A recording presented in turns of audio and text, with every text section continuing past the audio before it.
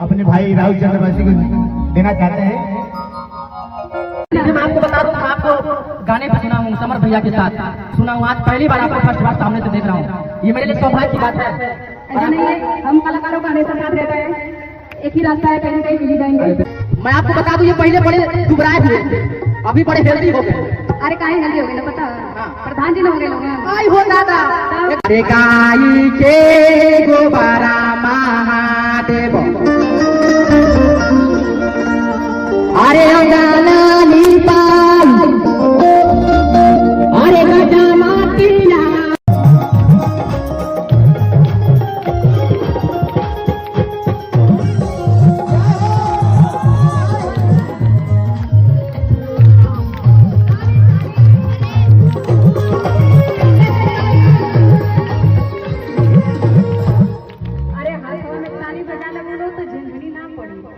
ताली बजावे के बाद देखिए दीदी कितना रिक्वेस्ट कर रहे हो, हाथ उठा के ताली बजाओ। आप लोग पता नहीं, आप तो इतना आराम से बैठे ले कुर्सी पे, फिर भी ताली ना बजी तो कैसे काम।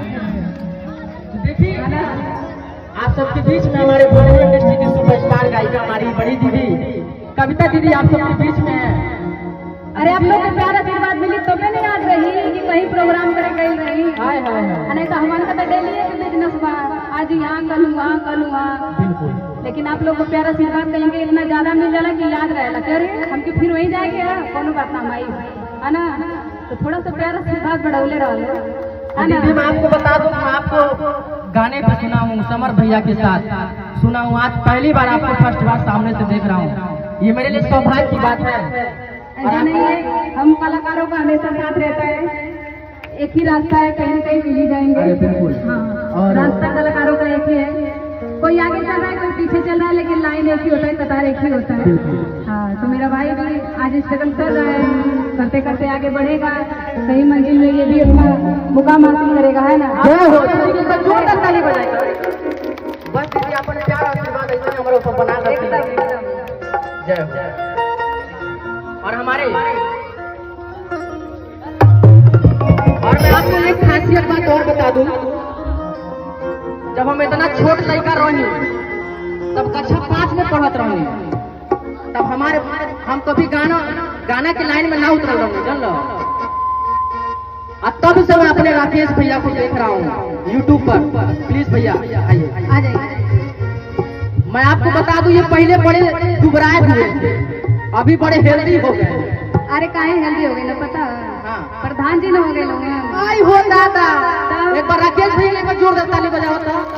5 साल से ही वो अपने गांव के सेवा करता है, आगे फिर कार्यक्रम जारी बा, कोशिश जारी बा। और एक ही बात पे मुझे ये पैसा रंग राजा के, क्या बात है। और भैया जी ने बहुत सारा प्रोग्राम खेसारी भैया का, पवन भैया का, RKY एंटरटेनमेंट के बैनर तले करवाया है। और आप लोगों का प्यार आशीर्वाद रहेगा तो कभी आप लोग भी डिमांड करेंगे तो वो लोग भी आ जाएंगे है ना। आप लोगों का बस आशीर्वाद चाहिए, जैसे हम आ गए, कल कोई और आएगा, परसों कोई और आएगा है ना। ये सब पावर तो आप लोग के हाथ में है, किसी को भी बुला सकते हैं। तो आप सब अपन प्यार आशीर्वाद ऐसा बनैले रखे। चलिए एक बार प्रेम से दुर्गा मैया की जय हो। चलिए आइए, आप सबके बीच में आज कंपटीशन करावा था। देखले बानी जेकर हाथ में कितना ताकत बा। एगो होय वाला टीम बा, एगो हो वाला टीम बा। काले इंडिया और पाकिस्तान के मैच जीतल बा, अपन इंडिया जीतल बा। एक बार अपने इंडिया के लिए जोरदार ताली बजा दीजिए। यहाँ भी आप वही कंपटीशन करवाएंगे, ठीक है। सबसे पहले होय वाला पार्टी देखो, ठीक बा।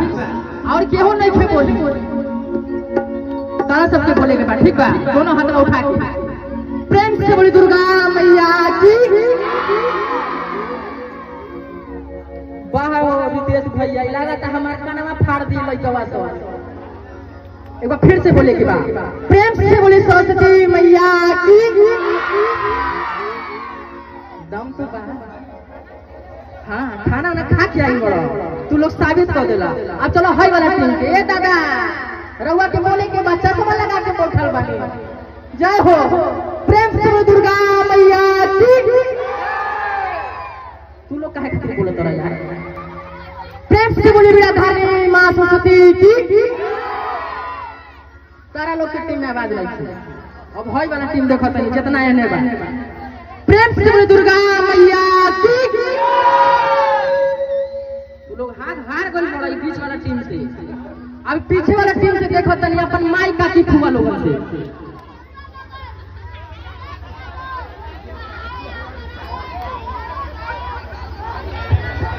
अब पीछे अपन माई काकी हमार बहिन जितना बैठल बाड़ी सब केहू से देखो तनी जितना पीछे वाला टीम बा सब केहू के बोले एकदम दोनों हाथ उठा के तुरंत मत बोलिए, ठीक बा?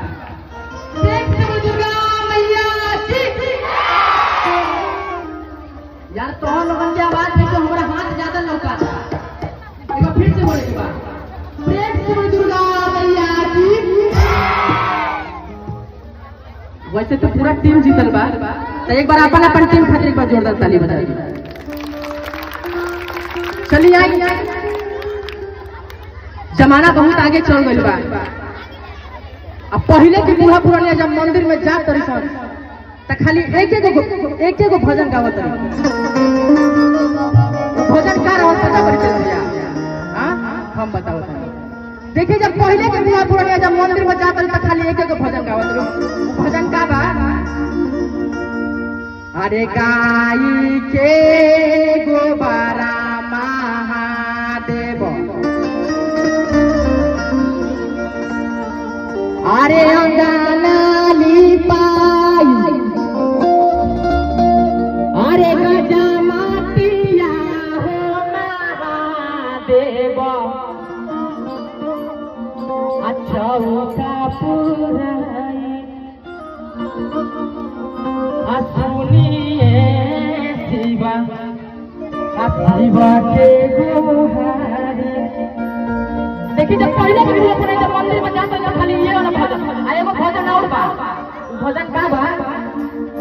अरे निमिया के डार है मैया, अरे डाले नी झूला ना बा अहो के झूली रे ताली बजाओ बा। अरे निमिया के डार है मैया, अरे डाले नी झूला ना बा अहो के झूली रे झूली, अहो के झूली रे झूली अमैया मोरी का रे बिटिया हो के झूली रे झूली अमैया मोरी का रे बिटिया हो के झूली रे झूली। भैया हो भैया आ देखिए जब आजकल के जमाने के लड़की आजकल के लड़की के हम स्टाइल बतावत हनी। जनरेशन के तरह चेंज हो गइल बा। आजकल के लड़के जब माई के मंदिर में जाते रही तो मारुति खाने गियर खाने सैंडल पहन लेता रही। तो आजकल के पॉप के स्टाइल चलल बा। पॉप नियन केस झाड़ लेता रही। तो अब माई के दरबार में जाके कौन भजन गावत रही पता बा? वो भजन का बा?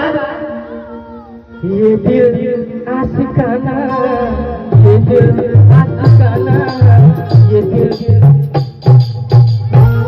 माई छोड़ के भागल बाड़ी छौगा।